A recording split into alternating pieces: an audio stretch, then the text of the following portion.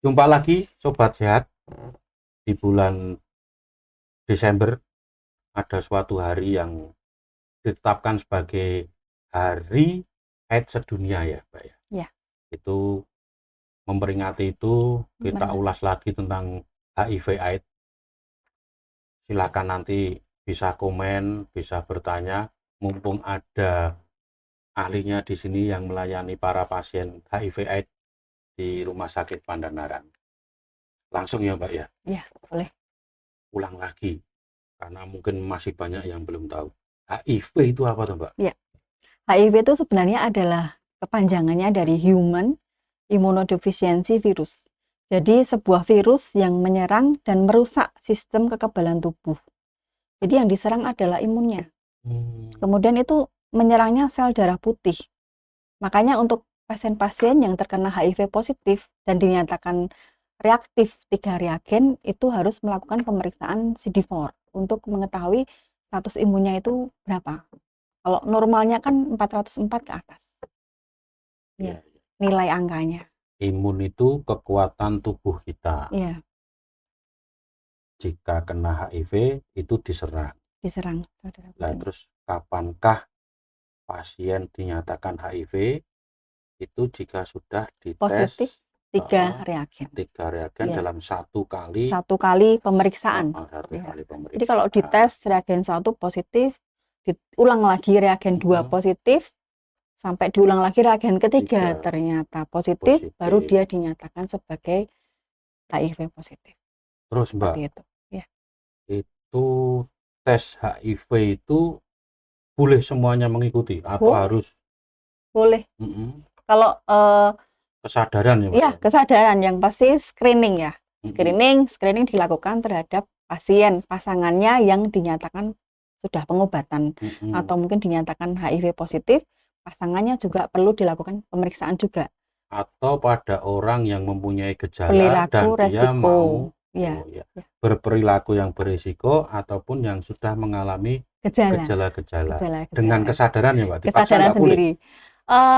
Namanya VCT ya, kalau kami VCT itu voluntary counseling test, jadi voluntary atas dasar kesukarelaan. Jadi sebenarnya memang kita nggak bisa memaksa ya, jadi kita memang memberikan edukasi bagaimana pasangan ODIF itu mau melakukan pemeriksaan screening rutin, supaya diketahui lebih dini kan lebih bagus. Iya. Iya. Terus itu Mbak, HIV biasanya kan koncone jajeri AIDS. Iya. Bedanya apa itu, Mbak? Ya, kalau AIDS itu kan sekumpulan gejala dari HIV yang tidak diobati. Seperti ada koinfeksi TB, kandidiasis oral, diare, Washington syndrome. Nah, seperti itu, integritas kulit. Nah, seperti itu. Apa aja tadi, Mbak? Diare, TB, kandidiasis oral. Kandidiasis oral itu jamur sariawan di mulut gitu ya? Jamur di mulut udah putih-putih lidahnya. Terus? Kemudian Washington syndrome, penurunan berat badan. Penurunan berat badan. Kemudian TB ekstra paru, TB paru, TB kelenjar dan lain-lainnya, termasuk infeksi TB itu. Iya. Dan lain-lain. Terus hepatitis juga itu masuk. Itu berarti berasal dari HIV yang tidak diobati. Dari HIV yang tidak diobati akhirnya muncul gejala seperti itu. Kalau misalnya sudah positif, RSPA melayani ya, Mbak ya, pelayanan itu ya? Oh, pastinya. Jadi kalau yang positif nanti akan ditangani oleh dokter penyakit dalam. Atau dokter, misalnya kalau dia pasien HIV dan TB, nanti akan ada 2 dokter spesialis yang akan menangani. Dokter spesialis penyakit paru dan juga spesialis penyakit dalam. Terus pelayanan, ini Mbak Mirsa, pelayanan HIV itu kan memang sebaiknya dilakukan oleh semua fasilitas kesehatan ya. Iya. Kalau di RSPA banyak ya Mbak ya, itu yang kita layani. Iya, banyak, lumayan. Lumayan ya. Lumayan banyak. Jangan maksudnya malah sedikit aja ya Mbak ya. Maksudnya yang sakit sedikit aja gitu loh. Kalau HIV. Dari situ keunggulan layanan Rumah Sakit Pandanaran terhadap penanganan HIV itu apa aja, Mbak? Bisa disebutkan? Keunggulan layanannya ya? Iya. Kalau kita kan di Polivct sudah poli tersendiri ya, private. Jadi kalau pasien pasien datang melakukan konseling, mereka kan juga butuh pendampingan, butuh edukasi, butuh untuk melakukan konseling. Di situ kami layani kan ada konselor kan, kebetulan kan yang standby kan saya konselor, dan juga ada dokter yang nanti akan menangani jika memang memerlukan dokter untuk menghadirkan dokter. Kemudian jika ada keluhan bisa dikonsulkan kan, kebetulan kami satu lantai, jika ke dokter penyakit dalam langsung pindah poli di sana. Perlu konsul kulit, di depan poli visite ternyata ada poli kulit gitu. Berarti terintegrasi sudah terintegrasi gitu ya? Semuanya layanannya. Ya tidak berharap ya pemirsa ya, seandainya sehat semua ya nggak usah, tetapi bila ada kita tahu mungkin teman atau siapa kayak yang kira-kira seperti itu, jangan kita kucilkan, jangan kita jauhkan, arahkan untuk mendapatkan pengobatan. Itu ya Mbak ya? Terus ini lagi Mbak, obat-obatnya juga diberi ya Mbak ya? Obat-obatnya sebenarnya gratis, hibah dari pemerintah. Jadi kita gratis. Jadi kalaupun ini tidak tercover BPJS karena obat hibah. Tapi ketersediaan tercukupi ya Mbak ya? Tercukupi. Ya semuanya seperti ini. Syukur-syukur nggak bertambah banyak lah berita HIV AIDS ya Mbak ya. Iya. Terus apa? Jadi jenis-jenisnya seperti ini. Ini ARV ada. Ya? Ya ARV. Sekarang kita hanya menggunakan TLE, lamivudin, tenofovir, efavirenz, dan juga lamivudin, tenofovir, dolutegravir. Nah, kalau dulu kan ada kadang kalau yang ini kalau habis diganti dengan ini 3 botol. Aduh, banyak banget Bu, banyak jadi 3 gitu. Yang penting dosisnya sama dan sesuai dengan dosisnya sama. Kemudian pagi sore ini Neviduvi. Tapi sekarang stoknya ini sudah nggak ada, langka. Akan dialihkan ke ini dan ini aja. Nah, ini sama ini. Berarti semakin ringkas ya obatnya. Semakin ringkas karena dia sudah dijadikan satu FDC. Kemudian ini juga ini FDC. Nah, kalau yang koinfeksi TB tadi, kalau dia sudah konsumsi dengan menggunakan ini, harus ditambah dengan ini. Karena untuk menekan koinfeksi TB-nya.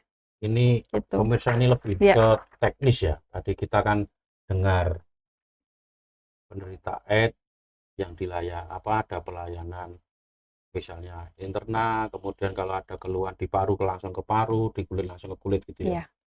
Tadi saya sempat dengar konseling. Ya, konseling.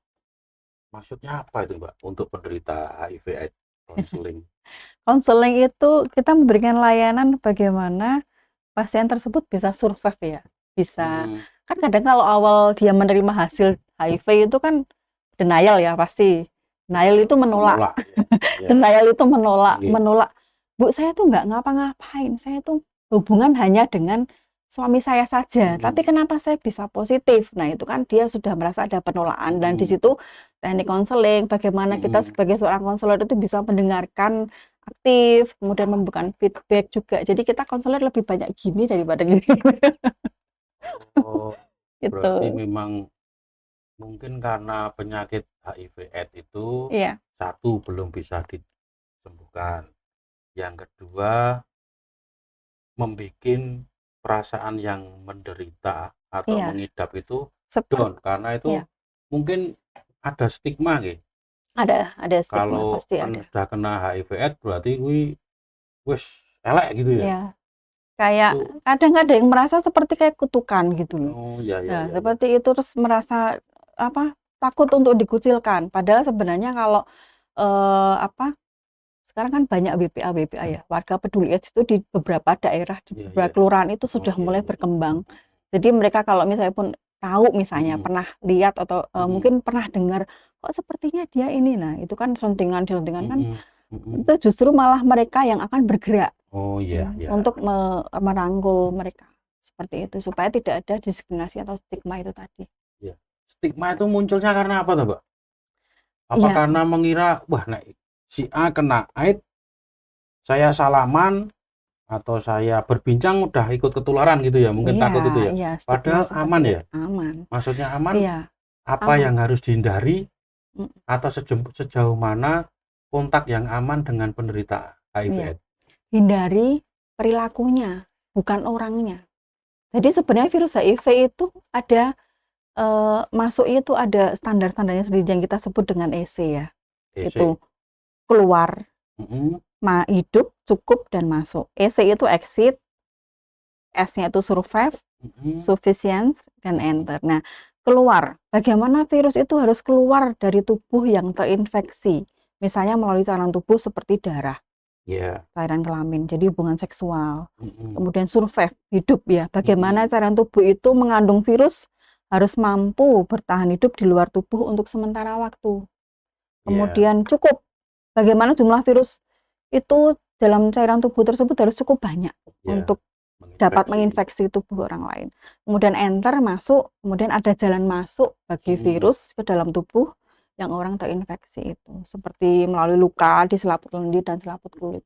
Jadi kayak ada luka kecil gitu, salaman. Jadi tidak gampang tertular. Tertular, betul. AIDS lebih gampang ketularan watuk pilek ya, Mbak. Iya. Intinya adalah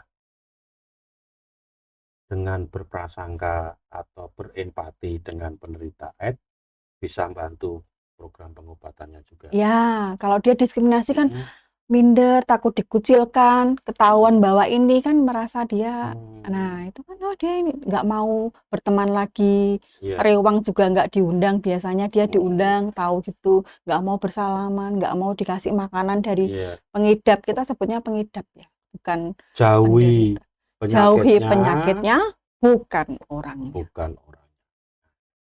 Jauhi penyakitnya, bukan orangnya. Terus gini, dengan obatnya udah disediakan. Kalau ini udah lini 2 ini kalau resisten. Dan gratis. Gratis. Pokoknya butuh ngaku saja gitu ya. Aku kena misalnya gitu, terus minta obat gitu ya. Silakan datang ke layanan kesehatan, nanti layanan kesehatan yang akan mengarahkan. Jangan lupa RSPA menyediakan dengan komplit. Terus gini Mbak, obatnya segini, dilalah, kok ora cocok atau alergi gimana? Itu kita kan ganti dulu, lihat toksisitas, namanya kan toksisitas ya, efek samping dari obat itu nanti kan kita punya banyak pilihan nih. Biasanya kalau dia pakai yang TLE, jenis TLE ini, efek sampingnya kan pusing, halusinasi, dia nggak bisa kerja, kan ada yang di pabrik juga harus shift malam Bu, padahal minumnya harus malam. Itu kemudian kita bikin ngantuk, kadang nggak sampai ada yang mengatakan sampai dikejar-kejar setan kan. Tapi efek samping obat, tapi itu biasanya efek samping hanya berlangsung setidaknya 2 minggu sampai 1 bulan, tapi setelah itu kan bisa menyesuaikan. Kemudian kalau dia sudah memang benar-benar dinyatakan nggak kuat, 1 bulan kita evaluasi ya, 2 minggu sampai 1 bulan evaluasi, kita akan ganti dengan ini. Ini obat termasuk baru ya. Ya ini obat baru yang tanpa efek samping. Pandanaran sudah ada ya? Oh sudah ada, di layanan PDP semuanya juga sudah mulai kalau ada. Saya semoga tidak terpakai gitu. Ya ini kalau ini kan tanpa efek samping, jadi memang ini bisa lebih efektif. Jadi kalau dia ini dicek ya, kita kan yang rutin pengobatan di RSPA itu kan layanan-layanan kan perlu ada tes-tes ya, misalnya notifikasi pasangan. Jadi pasangannya ODIF, kemudian dilakukan pemeriksaan juga. ODIF itu orang dengan HIV. Ya, ODIF. Kalau ODA orang dengan HIV AIDS. Oh, kalau ODA orang dengan HIV AIDS. Demikian ya pemirsa ya. Ada istilah ODIF. Dan itu bukan adiknya Dedi, tapi ODIF itu adalah orang dengan HIV AIDS. Kemudian ODA orang dengan AIDS. Nah, ini. Jadi ada NP, notifikasi pasangan, yang harus dilakukan pemeriksaan rutin setidaknya 6 bulan jika ada pasangannya itu yang positif HIV. Dan pasangannya juga harus mau atau dengan sadar? Ya, kita harus meyakinkan pasangannya supaya untuk melakukan pemeriksaan. Karena demi kebaikan bersama ya. Sebenarnya kan kembali lagi ke voluntary ya, atas mereka sukarela. Kalau dipaksa juga gimana, tapi bagaimana seorang konselor bisa meyakinkan pasiennya dan juga pasangannya untuk melakukan pemeriksaan. Biasanya NP ya. Kemudian ada Viralut Mas. Viralut itu adalah untuk mengevaluasi bagaimana terapi itu berhasil. Viralut berarti Viralut untuk mendeteksi virus HIV di dalam darah. Itu dilakukan setelah minum obat berapa lama? 6 bulan. 6 bulan di awal, kemudian di awal setelah 6 bulan sudah pengobatan dilakukan pemeriksaan Viralut. Jika dia Viralutnya tidak terdeteksi, artinya pengobatannya berhasil. Ya, tapi gitu. Tetap terus minum. Harus tetap minum, nggak boleh berhenti. Karena kalau dia berhenti, angka virusnya akan muncul naik lagi. Nah, untuk pemeriksaan berikutnya di tahun ke berikutnya, setiap tahun. Itu ada rapotnya. Jadi continue dia. Khusus untuk pemirsa yang terkait dengan medis ya. Itu itu udah lama kok obatnya ra mbok temok-temok kayak piye. Itu loh, itu tantangan buat kita semua loh itu. Hmm. Satu, mengubah stigma. Ya. Dua, jangan bertambah banyak. Ya. Tiga, monggo kaum peneliti segera lakukan tugas Anda. Itu ya. Kalau yang HIV tadi apa? Tiga, saya pernah lihat di TV itu di zero Three zero. zero, Oh, ya, zero. Zero itu zero itu zero infeksi baru. zero infeksi baru. Jadi Ze- jangan sampai ada tambahan Ada tambah penderita. infeksi baru Ya. ya. Kemudian zero kematian akibat AIDS. Jangan ada yang meninggal karena AIDS. AIDS. Ya. Kemudian Terus zero stigma dan zero stigma diskriminasi. dan diskriminasi. Artinya Tidak ada diskriminasi. jangan kucilkan penderita, jangan jauhi penderita itu ya. Jauhi penyakitnya, Oh bukan iya, orangnya. 3-0. Triple eliminasi Triple. endingnya di tahun 2030. Oh, semoga Padahal ini di 2030. 2025, Ya, 5 tahun kurang lagi. 5 tahun lagi. Monggo Targetnya. para peneliti, kalau itu gagal, panjenengan loh ini yang lama nggak nemukan obatnya. Tuh, kalau kita kan tinggal berikan Melaksanakan. ya. Terus ini bagaimana keberlanjutan layanan HIV terhadap orang dengan HIV. Ya. Yang pastinya kan layanan itu kan pasti juga selalu berhubungan dengan yang namanya LSM pasti. LSM yang akan dia volunteer ya, membantu layanan untuk mendampingin kasus-kasus baru ODIF yang ditemukan di ada ya Mbak layanan. LSM? Ada. Ada. Kita di sini kerjasama dengan Yayasan Peduli Kasih PK dari Semarang. Ada 2 orang PS namanya ya, pendamping sebaya. Dan juga ada juga di Boyolali juga itu ada KDS ya, kelompok dukungan sebaya. Jadi kelompok dukungan sebaya itu artinya yang sama-sama mengalami hal yang sama. Mereka mengalami diagnosa yang sama, pengidap HIV semuanya. Seumuran. Kan? Ya sebaya senasib. Itu jadi saling kerjasama satu sama lain, kemudian untuk menguatkan ya, artinya kan supaya dia juga tetap pengobatan rutin, karena kalau pengobatan rutin akan menekan itu tadi 3-0 tadi, ya kan. Kemudian juga perlu mengedukasi diri sendiri dan orang lain tentang HIV, itu perlunya edukasi. Jadi baik kepada keluarga ODIF ataupun pasangannya. Kalau kita mengedukasi dengan baik kan pasangannya juga akan sadar bahwa dia perlu dilakukan pemeriksaan secara kontinu. Kemudian tidak memberikan stigma yang negatif terhadap ODIF, kemudian berani melakukan tes HIV di fasilitas kesehatan terdekat seperti puskesmas sudah bisa kok dilakukan pemeriksaan HIV. Kalau di kami dilakukan pemeriksaan HIV dengan tarif 19.500 dikenakan hanya BAP. Rumah sakit Pandanaran. Iya. 19.500. Murah. Untuk mengetahui penyakit yang ini. Ya, yang penting datang ke poli kami di VCT, kami akan terbuka jika memang ada perilaku resiko dan memang ada keinginan untuk screening sejak dini pemeriksaan HIV, kami akan buka layanan HIV di VCT sampai jam pelayanan jam 2. Jam 2 ya. Ya. Demikian obat sehat tentang HIV. Tadi kita sudah bahas apa itu HIV, terus AIDS, obatnya, kemudian gejala, terus resiko-resikonya. Sebenarnya ini sudah sering kita dengar. Tapi kalau saya rasa itu yang paling berat itu memang satu, bagi penderita untuk menerima kenyataannya. Ya, masih denial, banyak yang denial. Yang kedua adalah stigma masyarakat. Ya, stigma. Karena mungkin dari penduduk Boyolali yang jumlahnya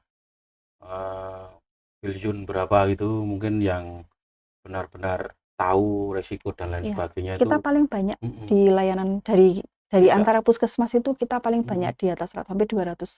Ya, 180. itu yang benar-benar wani salaman karo wong HIV, wani rangkulan, bukan rangkulan ya. Wani salaman, wani nekani itu mungkin tidak ada separuhnya ya. Iya. Kan berangkul enggak apa-apa, berpelukan, berciuman, jenengan enggak apa-apa. Nih coba pemirsa nanti yang lihat kira-kira apa. Siapa yang enggak berani? Kalau saya berani. Berani enggak makan dengan ODIF? Berani, apalagi dia yang bayarin. Kalau saya yang bayarin saya nggak mau. Saya berani. Dibayarin semakin berani. Gitu ya. Iya, itu ya. Ya, Pokoknya intinya kita gimana, Mbak? Mang, Zero, 30. zero, Zero infeksi baru, zero infeksi baru. Dari jangan sampai ada tambah lagi penderita, zero zero kematian kematian akibat AIDS, AIDS, dan zero dan zero stigma stigma. dan diskriminasi. Terakhir, ada pesan untuk para pemirsa, Mbak?